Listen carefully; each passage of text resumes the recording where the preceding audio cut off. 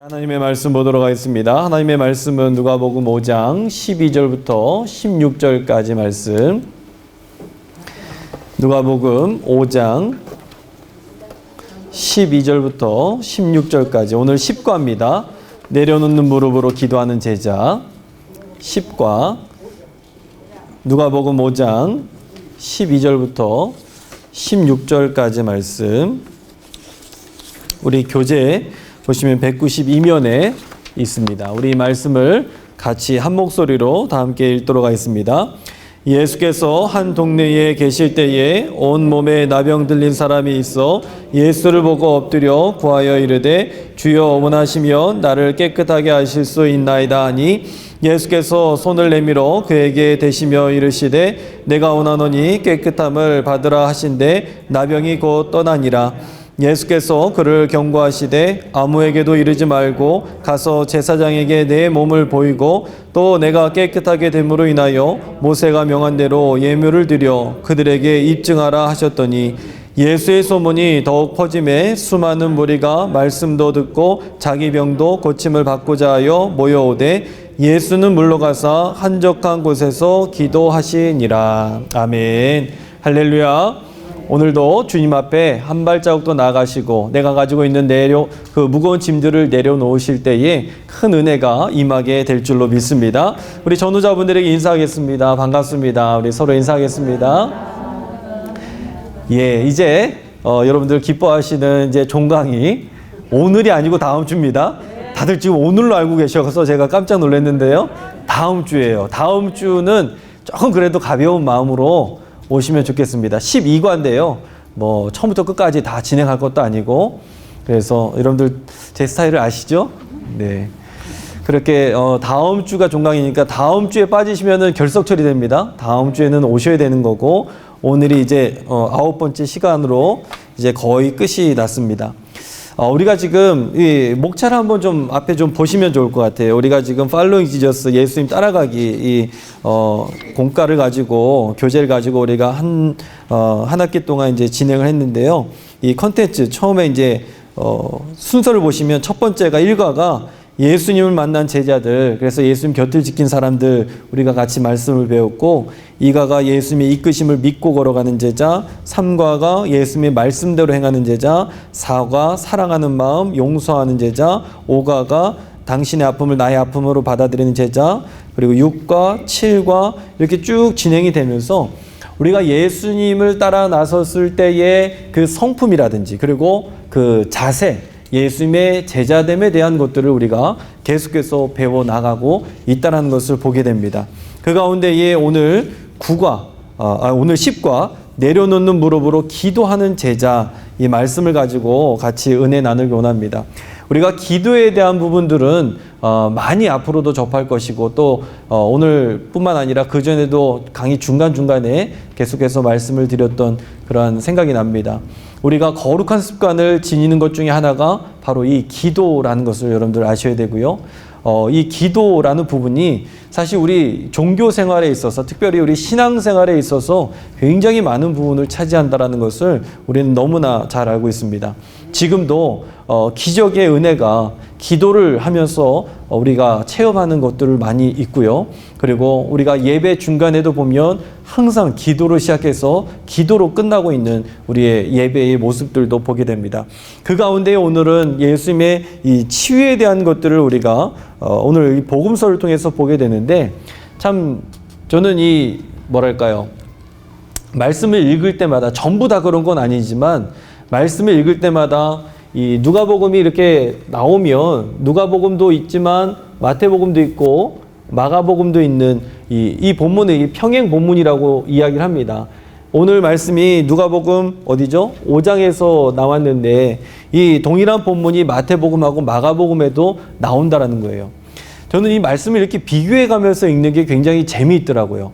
그래서 여기에서 주는 교훈이 있고요. 그리고 거기에서 이 본문이 똑같은 듯 하지만 똑같지가 않더라고요.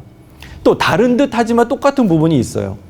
그런 부분들을 우리가 살펴보면서 읽으면은 더욱더 큰 은혜가 임하는데 오늘 이 말씀 본문을 전체적으로 좀 보면서 같이 나누길 원합니다. 그 첫 번째가 뭐냐면 예수님께서는 어디든 찾아오시는 줄로 믿습니다. 예수님은요, 우리 마음 다친 사람들에게도 지금도 마음의 문을 두드리고 계시고 마음이 열려있는 사람들에게 또한 찾아오시는 것뿐만 아니라 내 상황과 형편과 배움과 그 모든 것들이 다 다르다 할지라도 그 상황에 맞추어서 우리 주님께서는 지금 우리와 함께 하시고 우리의 마음을 두드리신다라는 거예요. 오늘 12절에 보시면요, 엄청난 일들이 지금 생겨나게 됩니다. 이 12절 말씀을 다시 한번 읽어보도록 하겠습니다. 예수께서 한 동네에 계실 때에 온몸에 나병 들린 사람이 있어 예수를 보고 엎드려 구하여 이르되 주여 원하시면 나를 깨끗하게 하실 수 있나이다 라고 말씀하고 있습니다.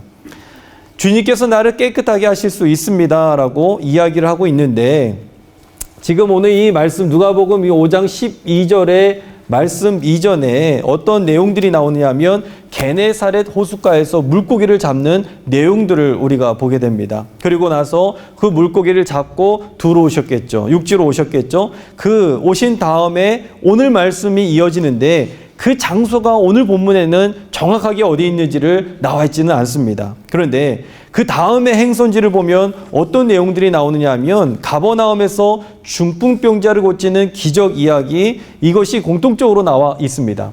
그래서 학자들은 이야기했을 때 지금 이 이야기가 어디에서 지금 진행되고 있느냐? 바로 가버나움에서 진행되고 있다라는 것을 우리는 보게 됩니다.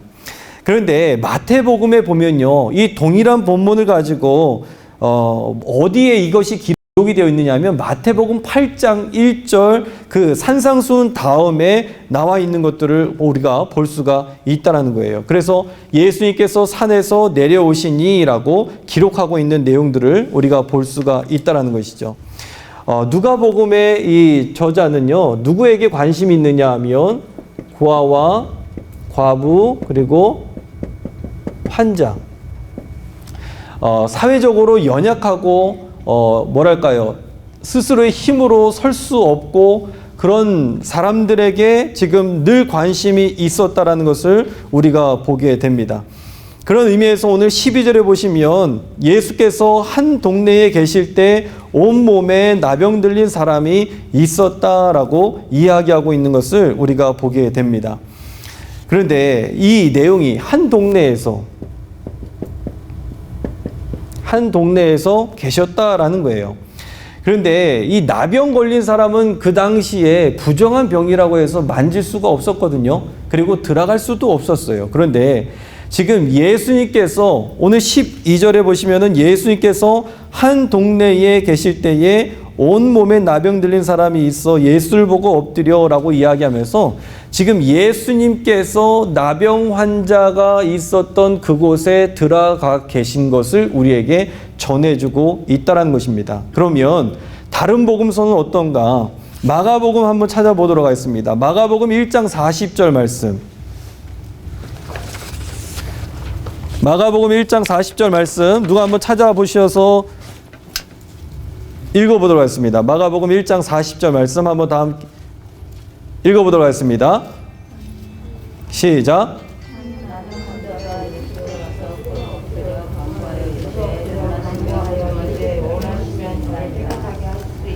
아멘.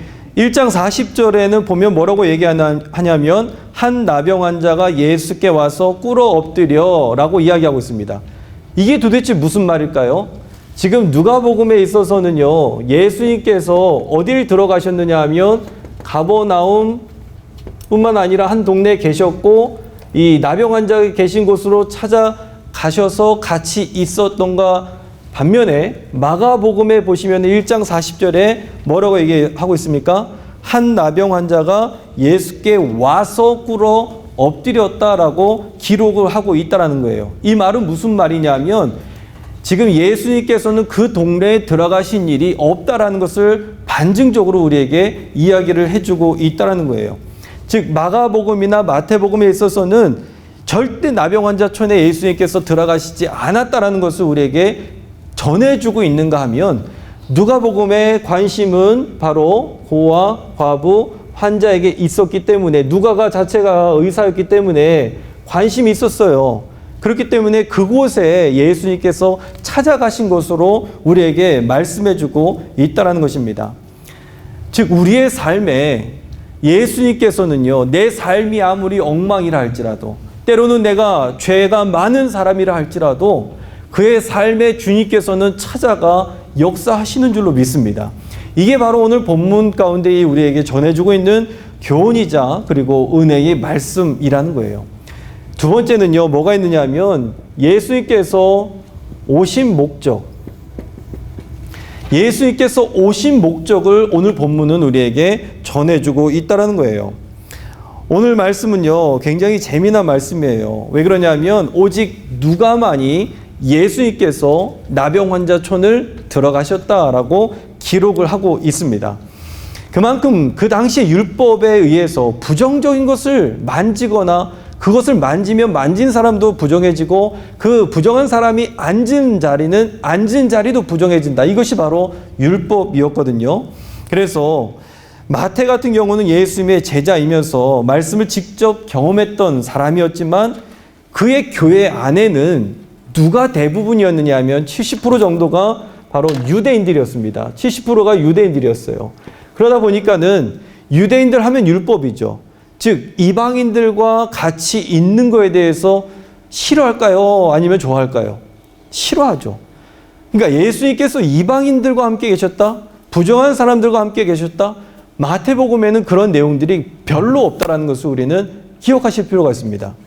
그게 바로 이 마태복음의 특징이에요. 그런데 그렇다면 그런 자세가 끝까지 유지가 돼야 되는데 말씀을 읽어보면 또 그렇지가 않다라는 거예요. 먼저 오늘 누가복음에 보시면 나병 환자가 예수님께 고쳐달라라고 간구합니다. 그리고 나서 뭐라고 얘기하냐면 예수님께서는 나병 환자의 몸에 손을 대시고 고쳐주시는 장면의 말씀을 우리가 말씀을 통해서 볼 수가 있습니다. 다시 한번 좀 그 다음 절 읽어보도록 하겠습니다. 13절 한번 다 함께 읽어보도록 하겠습니다.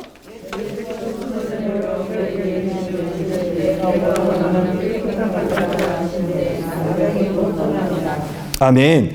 예수께서 뭐 하셨습니까? 손을 내밀어서 그리고 그에게 대셨다. 만졌다. 이렇게 딱 안수했다. 뭐 요즘 말로 얘기하면 목사님들이 안수하듯이 이렇게 딱 잡고 이렇게 그냥 이렇게 안수하신 거예요. 그런데 예수님께서 안수를 하시면 됩니까? 안 됩니까? 안 되죠.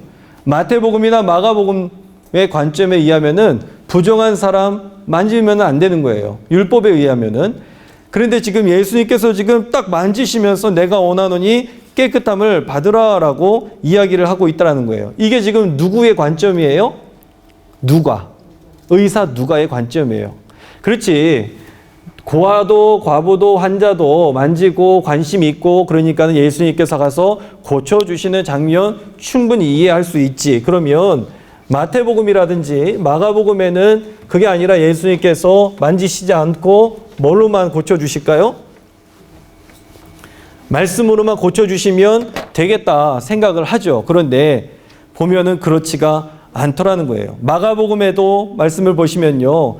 예수님께서 나병 환자를 만지지 않으실 것이다 라고 생각을 했는데 그게 아니라 만지시는 것을 볼 수가 있습니다. 우리 마가복음 1장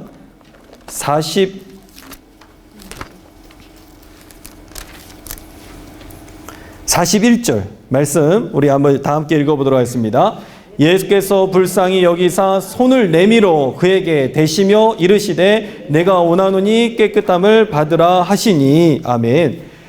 아니 누가는 이해가 돼요. 그러면 마가는 아까도 이야기했듯이 예수님께서 나병 환자 촌에 들어가시지도 않고 부정한 사람들과 어울리지도 않고 마태도 마찬가지이고 그러면 부정한 사람을 만지지 않고 그렇게 고쳐주셔야 되는데 그게 아니라 지금 만지시면서 고쳐주신다라는 거예요.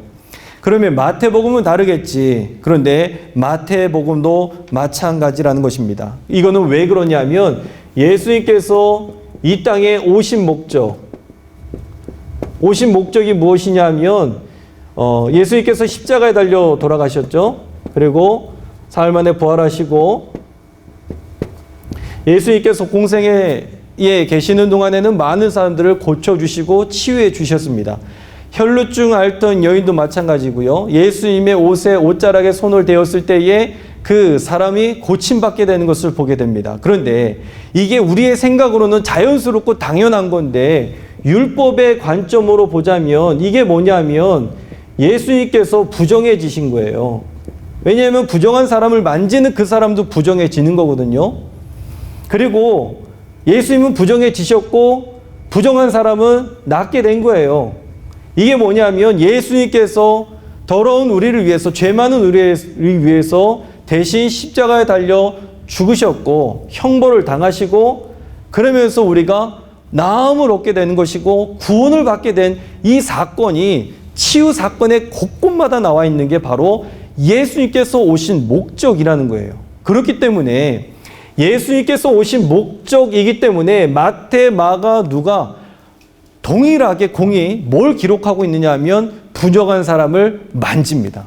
부정한 곳에 들어가지 않았다라고 기록을 한다 할지라도 부정한 사람을 만지는 데 있어서는 이 복음서 전체 공통적으로 그것을 기록하고 있는 것을 보게 됩니다.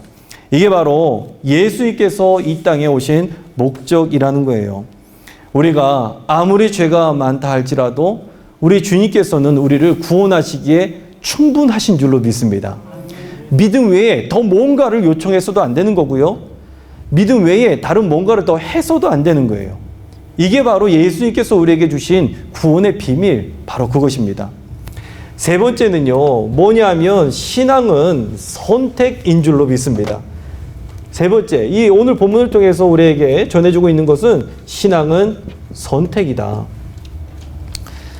왜 그러냐면 오늘 본문의 말씀을 보시면요, 누가복음의 말씀 마지막에 한번 읽어보도록 할게요. 누가복음의 마지막 부분 16절 우리 한번 다 함께 읽어보도록 하겠습니다. 예수는 물러가사 한적한 곳에서 기도하시니라. 아멘.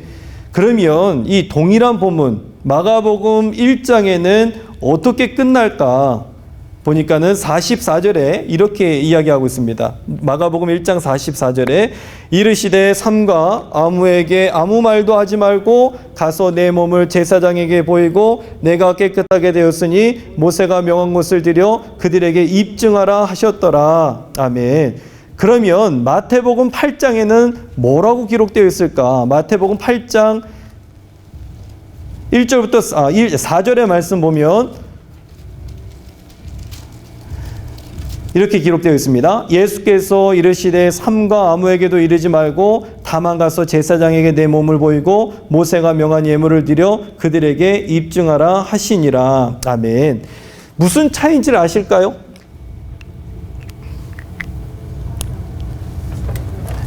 아까 누가복음의 마지막은 뭘로 끝났나요?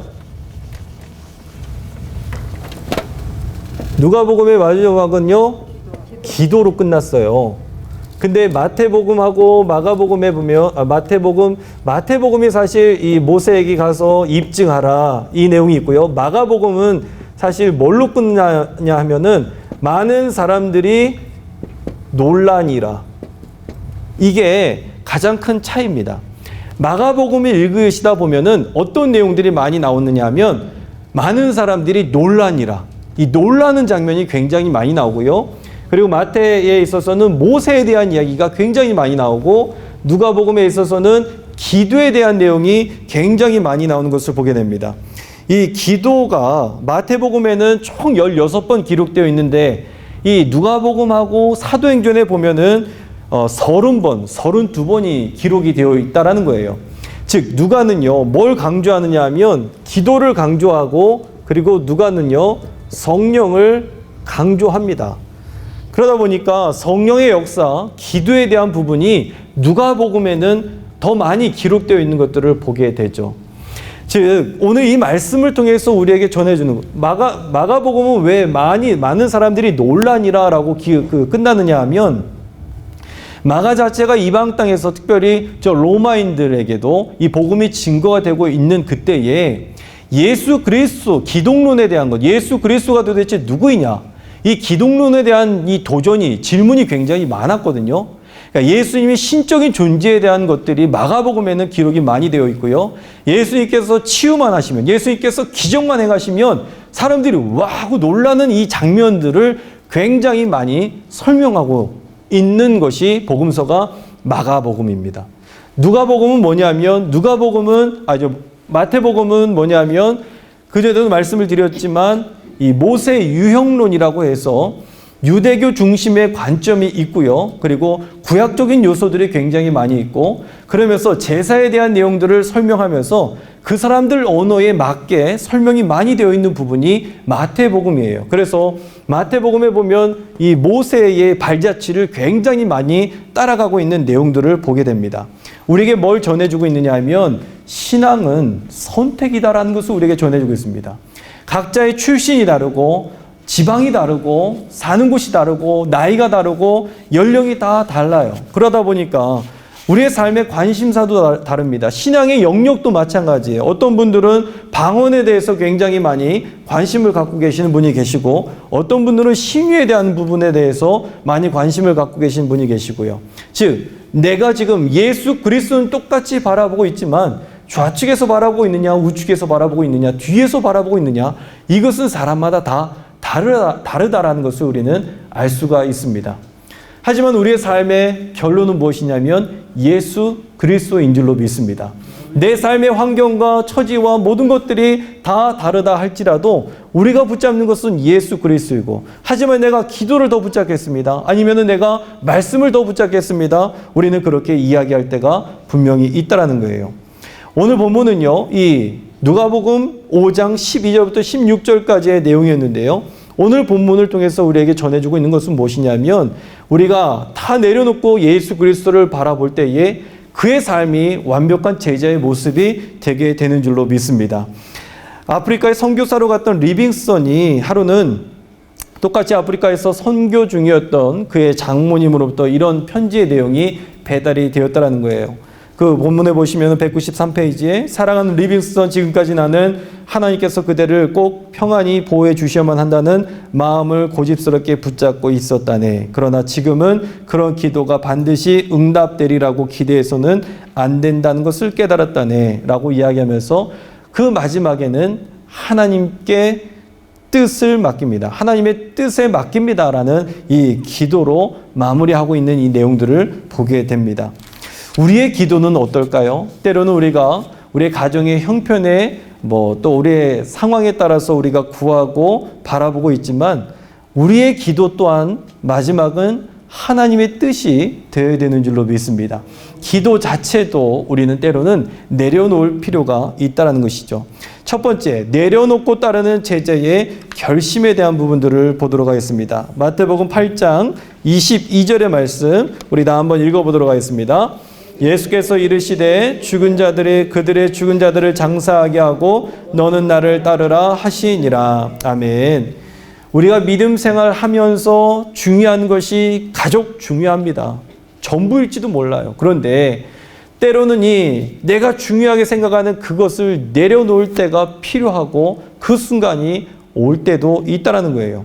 그리고 그 모든 것들을 내려놓고 예수님을 따라 나섰을 때에 그의 제자의 삶이 진정한 제자의 모습이 된다는 거예요. 그래서 첫 번째는 버려놓고 내려놓고 따르는 제자의 모습이라는 것입니다. 베드로, 안드레, 야고보, 요한 모두 어부였는데 어느 날 갑작스럽게 예수님의 부르심을 받게 됩니다. 그리고 이 제자들의 특징 중에 하나가 뭐였느냐면 즉시 모든 것들을 버려두고 따라섰다라고 이야기하고 있는 것을 보게 됩니다. 마태복음 4장 20절, 22절 우리 다 한번 읽어보도록 하겠습니다. 그들이 곧 그물을 버려두고 예수를 따르니라. 아멘. 그 다음에 그들이 곧 배와 아버지를 버려두고 예수를 따르니라. 아멘. 참 쉽지 않습니다. 가족을 이렇게 뚝 떨어뜨려 놓고 예수님을 따라 나선다는 게 참 쉽지는 않을 것 같습니다. 저도 제가 목회를 하면서 가족하고는 별개의 그런 생활을 할 때가 굉장히 많이 있었던 것 같아요. 그래서 저는 평생 소원이 뭐냐 하면 빨리 은퇴하는 거예요. 이제 목회 시작한 지가 얼마 안 됐는데 빨리 은퇴하고 싶은 마음이 너무나 큽니다. 그 이유 중에 하나는 뭐냐면 가족이 한 자리에서 예배를 드린 적이 단 한 번도 없었던 것 같아요. 단 한 번도. 그거를 정말 해보고 싶은데 이게 참 그렇게 값지고 좋은 건지 몰랐습니다. 그런데 이 온 가족이 한 자리에서 다 같이 예배 드리는 거를 정말 꿈꾸는데, 그러려면 일단 은퇴를 해야 될 것 같아서 은퇴를 빨리 하고 싶다라는 생각이 바로 거기에 있는 거예요. 목회자뿐만 아니라 장로님들도 그렇고 또 교회 직분자들로 우리가 서나갈 때에 때로는 가족을 이렇게 따로 떨어놓고 그렇게 교회를 해야 되는 경우도 있습니다. 지금 생각해 보면 저희 아버지도 재정을 보시고 시골에서 재정 장로님이셨고 또 뭐 남성교회도 하시고 뭐 여러 가지를 하셨었는데, 보면 주일은 아버지가 늘 안 계셨어요. 그래서 저는 주일날에는 아버지가 안 계셨기 때문에 을에 다른 집도 다 그런 줄 알았는데 그게 아니었더라고요. 아버지가 안 계시고 아버지는 어디 계셨느냐? 교회에 계셨어요. 그러니까는 저 같은 사람들이 삐뚤어질 가능성이 굉장히 많은 게, 부모님은 굉장히 바쁘시고 굉장히 열심히 하시고 늘 교회에 올인하십니다. 그리고 저희들은 늘 방치를 하시는 거예요. 그러다 보니까는 신앙이 때로는 이게 사춘기 때 되면은 이게 때로는 교회 가기가 싫어요. 여러분들 좋으셨습니까? 네, 저 같은 사람이 한 분도 안 계신 것 같네요. 저는 교회 가는 게 그렇게 싫었어요. 중학교 때 그랬는데, 하나님의 은혜죠.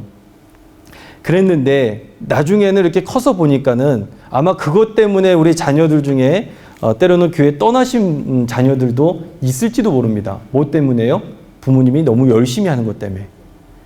부모님이 너무 열심히 헌금하는 것 때문에 저는 마음의 상처가 굉장히 컸어요. 그랬는데 나중에 크고 보니까 그게 부모님만을 위한 것도 아니었고 그 기도가 자녀들을 위한 기도였다는 것을 나중에서야 그걸 깨닫게 되죠. 네, 감사합니다.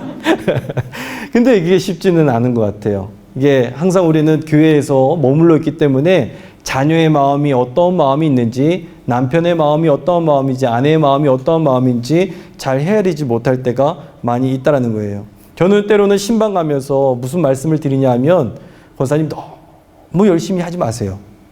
남편하고 같이 열심히 하세요.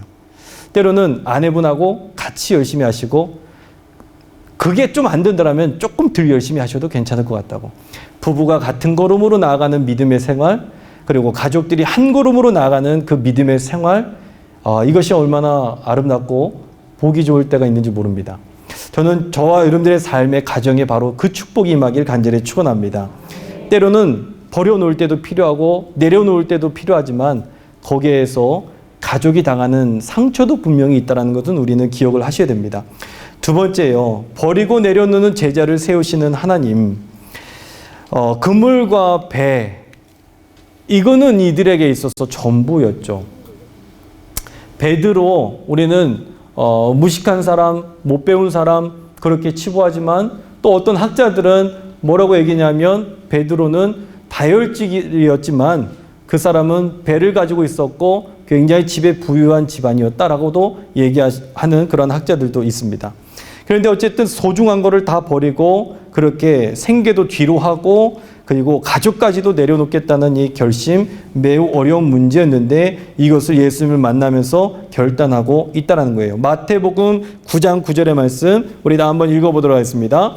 예수께서 그것을 떠나 지나가시다가 마태라는 사람이 세관에 앉아있는 것을 보시고 이르시되 나를 따르라 하시니 일어나 따르니라. 아멘. 마태 지난번에 보셨죠? 마태복음에서 마태를 이야기할 때는 마태라고 이야기하고 그리고 마가복음에서 마태를 이야기할 때는 알페오의 아들이라고 이야기를 했고 누가복음에 있어서는 세리 마태에 대한 이야기들을 우리에게 전해주고 있었습니다. 어쨌든 이 마태는요 부르심에 즉각적으로 응답했던 사람, 이 사람 유대인들에게 무시받고 외면당했던 그런 삶의 모습이었습니다. 소속감도 그리고 자존감도 모든 것들도 다 잃어버렸던 그러한 상태 가운데에 예수님을 만났다라는 거예요. 그리고 그를 세워주시는 예수님의 모습을 보게 됩니다. 그리고 마태는 결단을 하고 예수님을 따라 나섭니다. 그리고 신약 성경 중에 가장 먼저 기록되는 어찌 보면 영광을 누리게 되는 것을 우리는 보게 됩니다. 마태복음이 시간적으로 가장 먼저 기록되진 않았어요. 여러분들 알고 계시죠? 모르시나요? 사복음서 중에 가장 먼저 기록된 복음서가 어디일까요? 마가복음이 가장 먼저 기록이 되었습니다. 50에서 55년으로 보고요. 그 다음에 두 번째가 마태라고 이야기들을 많이 합니다. 이 이유가 되겠죠. 그리고 세 번째가 누가복음이 되겠고요. 네 번째가 요한복음이 된다고 합니다. 90년 이후. 요한복음은 90년 이후에 기록이 되었습니다. 물론 이 복음서 중에는 이렇지만요. 이 신약성경 총체적으로 했을 때는 마가복음보다 더 먼저 기록된 복음서가 데살로니가 전서. 이게 더 먼저 기록이 되었습니다. 지금 마태를 그렇게 사용하셔서 결단을 하고 예수님을 따라 나서는 이 부분을 보게 되죠. 두 번째는요, 내려놓기 위한 제자의 깨달음, 이 부분을 우리는 봐야 됩니다. 첫 번째, 참된 가치를 깨달아야 됩니다. 마가복음 10장 17절 말씀 우리 다 한번 읽어보도록 하겠습니다. 예수께서 길에 나가실새 한 사람이 달려와서 꿇어앉아 묻자오되 선한 선생님이여 내가 무엇을 하여야 영생을 얻으리까? 아멘. 내가 무엇을 하여야 영생을 얻으리까? 그러니까 이 청년은요, 뭐를 해야 되는 도잉에 대한 문제를 가지고 예수님을 찾았습니다. 하지만 믿음은 뭔가를 행하는 문제가 아니라 믿음 그 자체의 문제라는 것을 우리는 보게 되죠. 어쨌든 참된 가치를 깨달아야지 이런 질문이 나올 수가 있는 것이고, 그래서 구원의 단계 가운데 이뤄나갈 수 있다는 것을 우리가 보게 됩니다. 즉 우리가 선택해야 될 분이 누구냐 하면 바로 예수 그리스도. 예수 그리스도를 따라 나서는 삶이 되었을 때에 이것이 최고의 선택이 될 수 있다라는 겁니다. 누가복음 5장 13절의 말씀, 예수께서 손을 내밀어 그에게 대시며 이르시되 내가 원하노니 깨끗함을 받으라 하신데 나병이 곧 떠나니라 라고 말씀하고 있습니다.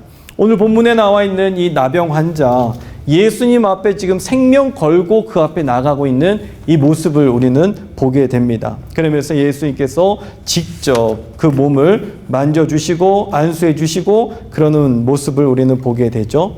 두 번째도 여전히 최고의 선택은 누구냐면 예수 그리스도인 줄로 믿습니다. 갈라디아서 2장 20절 말씀 198페이지 한번 읽어보도록 하겠습니다. 내가 그리스도와 함께 십자가에 못 박혔나니 그런즉 이제는 내가 사는 것이 아니요 오직 내 안에 그리스도께서 사시는 것이라. 이제 내가 육체 가운데 사는 것은 나를 사랑하사 나를 위하여 자기 자신을 버리신 하나님의 아들을 믿는 믿음 안에서 사는 것이라. 아멘. 우리가 예수님께서 우리에게 구원을 어떻게 보여주셨는지, 바로 십자가에 달려 돌아가시고 나 자신, 예수 그리스도 자신을 버리시면서까지 우리를 구원해 주셨다라는 이 사실만으로도 우리는 이 바울의 고백을 통해서도 그것을 우리는 들을 수 있게 되는 것이고요. 바울은 예수님의 사랑을 경험한 후에 생명의 주인이 예수님이라고 고백하면서 그동안 따라 나섰던 어떤 그런 가말리엘의 제자로서 어떤 그런 율법으로서 이런 모든 것들을 다 뒤로 하고 배설물처럼 여기고 오직 예수 그리스도를 붙잡은 인생이 되었다라는 것을 우리는 보게 됩니다. 다메섹 도상에서 사도 바울이 예수님의 음성을 듣게 되지 않습니까?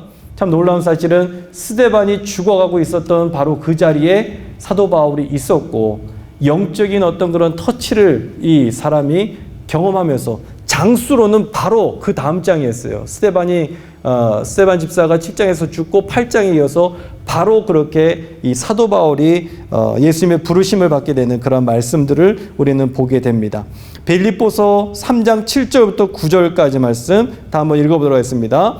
그러나 무엇이든지 내게 유익하던 것을 내가 그리스도를 위하여 다 해로 여길 뿐더러 또한 모든 것을 해로 여김은 내 주 그리스도 예수를 아는 지식이 가장 고상하기 때문이라. 내가 그를 위하여 모든 것을 잃어버리고 배설물로 여김은 그리스도를 얻고 그 안에서 발견되려 함이니 내가 가진 의는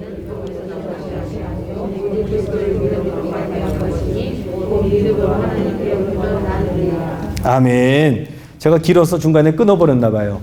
쓰다가 저도 지쳤나 봐요. 율법에서 난 것이까지만 제 기록이 되어 있어요. 우리가 진짜 귀한 것을 발견하면 그동안 내가 귀하게 여겼던 것은 별로 귀중하지가 않게 됩니다. 제가 아들을 키우면서 재미난 것은 무엇이냐면 아이들의 장난감이 계속해서 달라진다는 거예요. 처음에는 갑자기 생각이 안 나네요. 그 캐릭터 눈마을에서 사는 뽀로로. 예. 하도 오래돼서 뽀로로를 그렇게 좋아하더니 이제는 뽀로로는 더 이상 유치하고 무슨 로봇이라든지 이게 또 시리즈가 굉장히 많아요. 그러면서 한 단계 한 단계 계속해서 그동안 자기가 최고로 여겼던 거를 다 뒤로 하고 전부 다 뒤로 하고 요즘에는 뭘 하냐면 야구 캐치볼을 하자고 그렇게 저한테 졸라댑니다.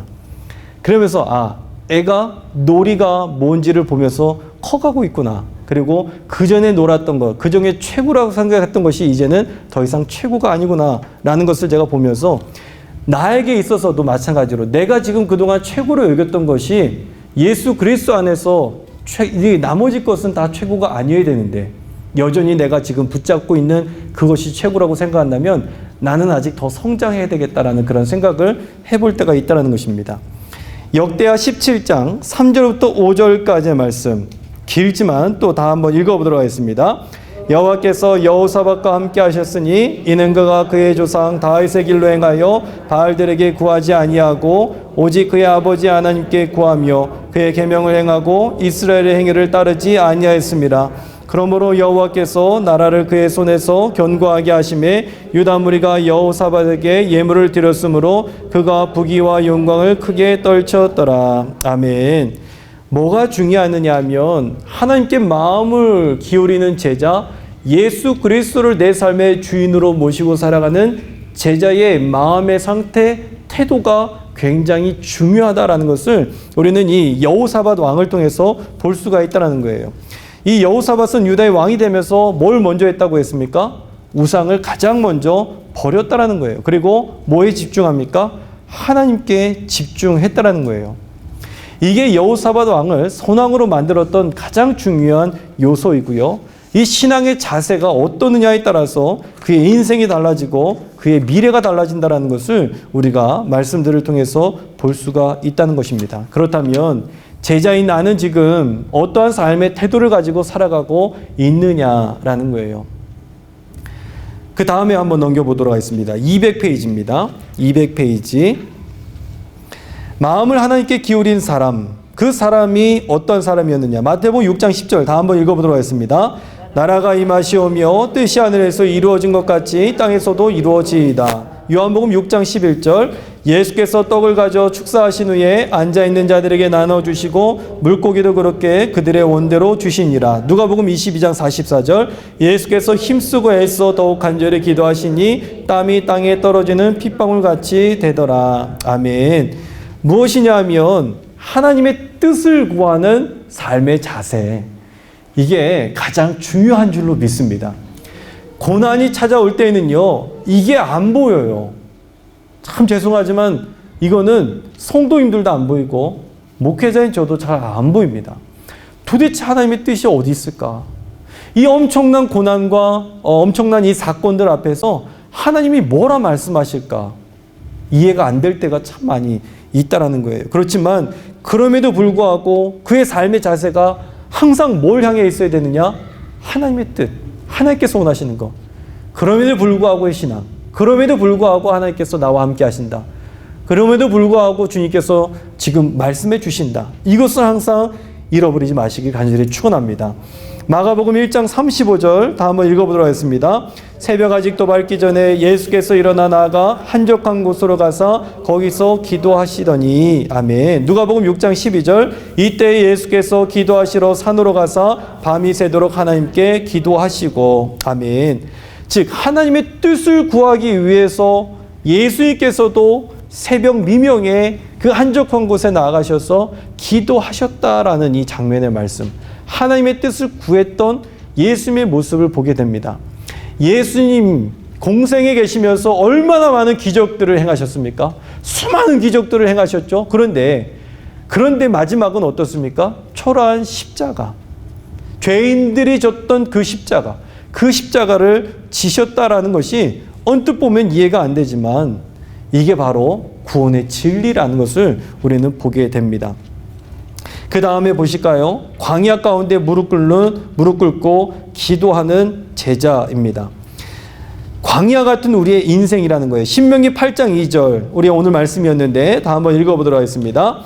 내 하나님 여호와께서 이 40년 동안에 내게 광야길을 걷게 하신 것을 기억하라. 너를 낮추시며 너를 시험하사 내 마음이 어떠한지 그 명령을 지키는지 지키지 않는지 알려 하시리라. 아멘. 오늘 본문이었죠. 예, 저는 이 말씀 참 은혜됩니다. 거기 뭐라고 오늘 말씀에도 있었느냐 하면 40년 동안 의복이 헤어지지 않고 발이 부르트지 않았다. 사실일까요? 진실일까요? 예, 사실로 믿으시는 분들은 할렐루야입니다. 근데 저는 이 말을 고지고대로 믿을 수가 없겠더라고요. 목사가 이렇게 믿음이 적어서 이게 참 왜 그러냐면 당장 우리가 지금 한 40시간만 서 보세요. 발이 부르틉니까? 안 부르틉니까? 40년 동안 여러분들 옷 하나 가지고 한번 살아보세요. 저는 지금 세탁기 몇 번 돌려도 지금 막 뭐 옷이 헤어지고 그러는데 예전에 감독님께서도 여기 어디죠 지금? 사회봉사관. 이게 코로나 걸리고 나서는 이게 언뜻 이게 생각이 잘 안 나요.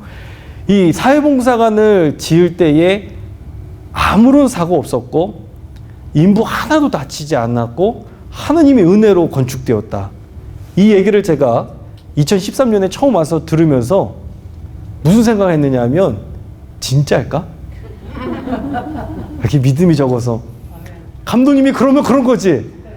예. 그런데 저는 진짜일까? 그런데 그 다음에 오늘 이 똑같은 본문을 제가 들으면서 이거는 진짜는 아니다. 이거는 뭐냐? 이거는 믿음이다. 40년을 걸어가면서 왜 여기 건축하면서 왜 인부가 못에 찔리지 않았겠습니까? 왜 다치지 않았겠습니까? 그런데도 불구하고 하나님의 은혜였습니다라고 고백할 수 있었던 것은 다치지 않아서가 아니라 하나님께서 그럼에도 불구하고 함께 하셨음을 우리가 믿음으로 고백하는 줄로 믿습니다. 마찬가지예요. 40년을 이스라엘 백성들이 광야길을 걸어갔을 때에도 발이 부르트고 안마도 해야 되고 옷도 찢어지고 다 그랬을지 모르겠지만 그럼에도 불구하고 하나님께서 지켜주셨다라는 이 믿음의 고백인 줄로 믿습니다. 제가 그 전에 어떤 목사님의 강의를 들으면서 은혜를 받았던 것이 있었는데 이스라엘 백성들의 목적, 이스라엘 백성들의 목적은 애굽에서 나오는 출애굽의 목적이 있는 것이 아니라 가나안에 들어가는 가나안 입성의 목적이 있다라는 거예요. 쉬운 말로 이야기해 보자면요. 우리의 인생의 목적은 고난에서 나오는 것이 아니라 믿음의 백성, 천국 백성으로 살아가는 것인 줄로 믿습니다. 이거는 굉장한 관점의 차이가 있는 거예요. 여기에는 그저 고난을 벗어나기 위해서 몸부림치는 인생이지만 여기는 고난이 주어진다 할지라도 할렐루야 하고 살아가는 인생이 되는 줄로 믿습니다. 그러면서 그 목사님께서 이야기하시는 것이 왜 모세가 가나안에 들어가지 못했는가? 그것은 바로 무리바 물 사건 때문에 들어가지 못했다라고 이야기를 하죠. 이 출애굽에 있어서 광야 그리고 여기 이 가나안의 삶이었는데 무리바 이 물 사건은 뭐였느냐 하면 이 광야는 자유를 훈련받는 곳이었고 결국 가나안 들어가는 것은 책임을 훈련받는 곳이었다. 자유를 누리면서 책임으로 나아가는 과정이었는데 무리바 물 사건은요. 이 무리바 물 사건은 바로 이 책임에 대한 부분을 온전히 감당하지 못했기 때문에 모세가 가나안에 들어가지 못했다. 물론 이 목사님의 나름대로 어려운 해석이었지만 저는 그 말씀이 굉장히 은혜가 되었어요. 우리가 광야의 40년의 인생을 살아가면서 우리에게 가르쳐주고 배우게 하는 것은 무엇이냐면 처음에는 자유였어요. 그렇지만 신앙도 마찬가지입니다. 자유였습니다. 자유로 시작했어요. 구원받은 이 자유, 그런데 이 자유로운 인생이 뭘로 연결이 돼야 되느냐 하면 책임으로 연결이 돼야 된다는 거예요. 내가 복음으로 인해서 구원을 받았어요. 자유예요. 그런데 내 책임은 또 뭐가 있느냐 하면 다른 누군가를 건져주는 그 책임이 나에게 있다는 거예요. 전도에. 나 한 사람은 기쁘고 감사해요. 그렇지만 뿐만 아니라 이 기쁨을 내 가족들에게도 다른 누군가에게도 전달할 책임이 있다는 것입니다. 이것이 바로 그 목사님께서 얘기했던 이 출애굽의 목적에 대해서 우리에게 전해주고 있는 그 내용을 제가 보면서 굉장히 큰 은혜를 받게 되었습니다. 우리는 어쨌든 이 광야를 걸어가고 있는 삶의 모습이라는 거예요. 신명기 8장 7절부터 9절까지의 말씀 우리 다 한번 읽어보도록 하겠습니다. 너 하나님 여호와께서 너를 아름다우신 땅에 이르게 하시나니 그곳은 골짜기든지 산지든지 시내와 분천과 샘이 흐르고 밀과 보리의 소산지요 포도와 무화과와 석류와 감람나무와 꿀의 소산지라. 내가 먹을 것에 모자람이 없고 내게 아무 부족함이 없는 땅이며 그 땅의 푸른 철이요 산에서는 동을 캘 것이라. 아멘. 이 축복이 저와 여러분들의 삶에 임하길 간절히 축원합니다. 듣기만 해도 얼마나 좋은지 몰라요. 시내도 있고 분천도 있고 밀도 있고 보리도 있고 모든 것들이 다 펼쳐지고 있는 삶의 모습, 이것이 광야길 가운데에서도 하나님께서 예비하신 축복인 줄로 믿습니다. 그래서 우리가 뭘 해야 되느냐, 마음을 정해야 된다는 거예요. 누가복음 5장 16절에 예수는 물러가사 한적한 곳에서 기도하시니라. 시편 141편 5절에 의인이 나를 칠지라도 은혜로 여기며 책망할지라도 머리에 기름같이 여겨서 내 머리가 이를 거절하지 아니할지라. 그들의 재난 중에도 내가 항상 기도하리로다. 아멘. 우리의 바쁜 인생길 가운데에서도 해야 되는 것은 무엇이냐? 기도. 흔들리지 말아야 될 것이 무엇이냐? 기도인 줄로 믿습니다. 그 다음 장에 넘겨보시면 다니엘서 6장 10절의 말씀 한번 다 함께 읽어보도록 하겠습니다.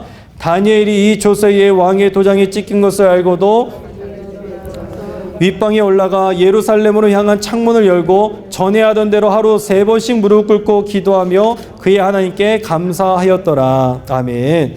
그 뒤에 나오는 모든 내용들은 다 뭐냐면 기도했더라. 3번씩 정해놓고 기도했더라. 계속해서 기도에 대한 내용들을 우리에게 전해주고 있습니다. 저와 여러분들의 삶의 모습이 어떻습니까? 때로는 요동치는 삶을 살아갈 때 참 많이 있습니다. 하지만 그럼에도 불구하고 이 나병 환자처럼 오직 예수님께 매달려 기도하고 기도받고 기도하는 인생이 되는 것, 이것이 우리의 삶에 제자된 삶의 가장 중요한 요소이다라는 것을 다시 한번 기억하시길 간절히 부탁을 드립니다. 5분 쉬시고 우리 그 다음에 같이 그룹 토의 시간을 갖도록 하겠습니다.